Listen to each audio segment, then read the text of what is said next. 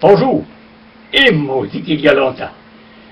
Oui, je me suis absenté un certain temps parce qu'il fallait que je reprenne, évidemment, de l'énergie. Mais un matin, je suis estomaqué d'avoir vu ce que j'ai vu. Et qui, malheureusement, à cause de 3 morons, vont faire passer tout un groupe. Je m'explique bien détaillé. À Trois-Rivières, un exemple. Vous avez un malfaiteur qui vous fait le cambriolage et qui, évidemment, se fait arrêter juste à temps. Les policiers lui demandent de se coucher par terre, c'est normal, de jeter son arme au plus loin possible. Le jeune homme ou l'homme se couche par terre tel que demandé, sans absolument, comprenez-vous, suivre à la lettre les ordres des policiers, qui étaient justes, que je trouvais ça tout à fait normal. Il est arrivé 2 et 3 constables, et là, à coups de pied, à coups de poing, sans arrêt. Sans arrêt. D'ailleurs, ça va passer à tous les médias, parce que c'est de la brutalité policière. Maudit qu'il y en a. Mais, une chose que je vous note, on ne pense pas que tous les policiers sont pareils, là. Non. Faut pas, évidemment, tout mettre dans la même sauce. Mais il y a une chose, par exemple. Chéribois, mais il y en a donc 20, il y en a donc 20, puis il y en a donc 20. J'ai repatrié 182 cas de brutalité policière causées des choses comme ça, des arrestations anormales.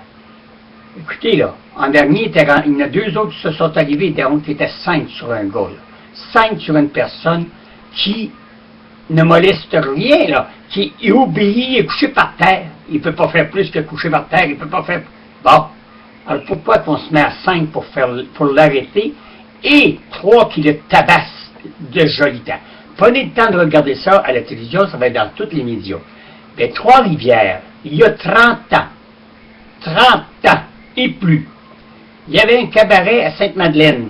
Vous avez Trois-Rivières, il y a un petit pont qui sépare, vous avez Sainte-Madeleine. Il y avait un cabaret de danseuses, après ça, il y avait un cabaret pour les spectacles, et j'étais en spectacle là, et je démordais pas, il arrivait des policiers qui enlevaient leur casquette, qui laissaient la casquette, mais c'est pas une casquette, mais c'est leur chapeau, si vous avez mieux, pas leur petit certain, et passaient par en arrière, rentraient dans le cabaret, et quand ils en ressortaient, au quai qui était émoché, ben ça prenait la voiture des polices, ça foutait le camp.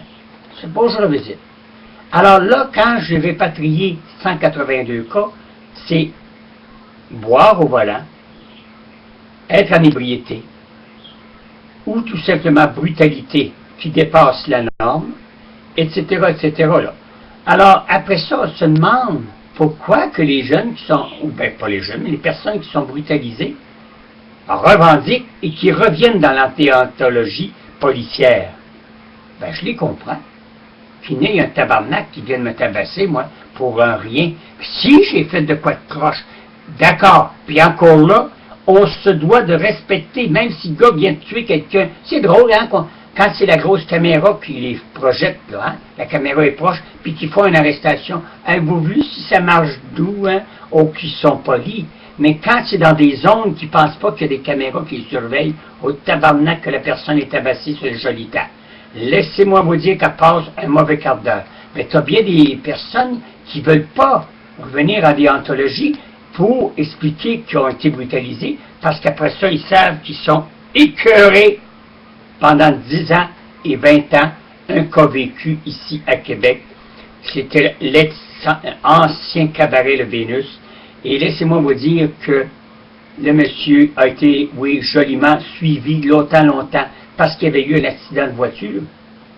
Mais c'était un policier qui était en tort, et parce que le civil a gagné sur le policier, pendant 10 ans, il a été harcelé à un tel point que, oui, la personne s'est suicidée.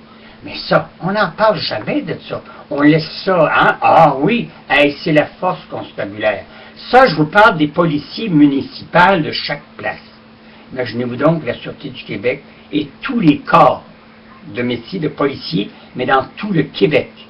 Vous êtes-vous imaginé comment j'aurais repatrié un nombre inconsidérable? Ça serait épouvantable.